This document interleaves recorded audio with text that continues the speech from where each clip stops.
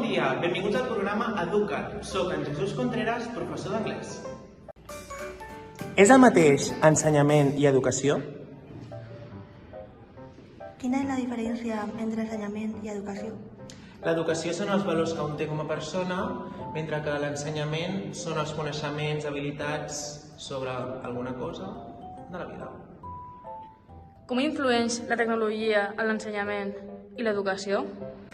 Crec que gràcies a les xarxes socials, per exemple els vídeos que podem trobar a diferents plataformes com YouTube, TikTok, ens poden fer reflexionar a la nostra educació, com són els nostres valors, veient diferents situacions que es donen a la vida real, que gent ha gravat. Llavors, depenent de la situació en què es troben aquelles persones, doncs saber on ens posicionem. I l'ensenyament el podem trobar en diferents activitats que podem trobar a la xarxa, ja siguin en diferents activitats que hem d'omplir, vídeos d'altres professors que ensenyen per internet, per vídeos o per altres vies, i gràcies a aquells doncs, desenvolupar les nostres habilitats. Els pares juguen un paper important en l'ensenyament o l'educació dels seus fills?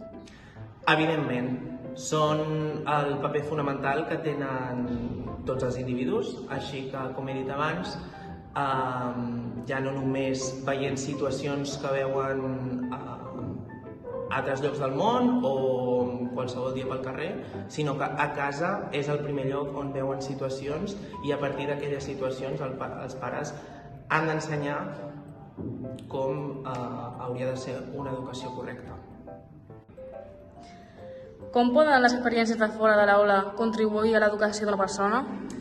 Doncs crec que tothom ens podem ajudar entre nosaltres a millorar la nostra educació, ja que poder tenim establert un concepte sobre com actuar en una situació que no és el correcte i llavors entre tots, com a societat, millorar i crear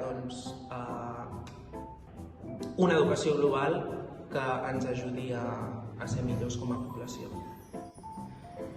Com es poden millorar els sistemes d'ensenyament per promoure una educació més completa? Doncs una idea que se'm passa pel cap, gràcies a l'ajut dels dispositius mòbils i les intel·ligències artificials, que tan de moda estan avui en dia,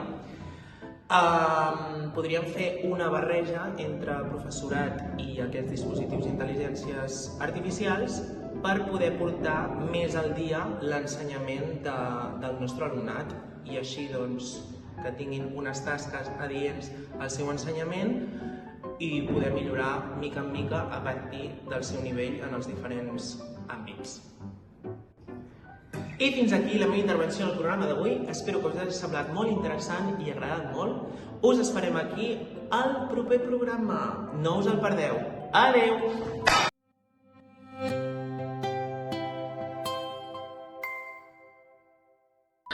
Hola. Hola. Bon dia. Ai.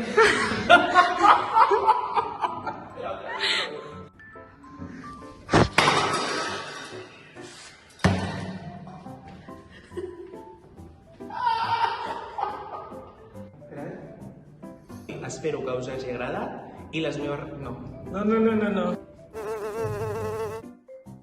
I ens veiem al proper programa.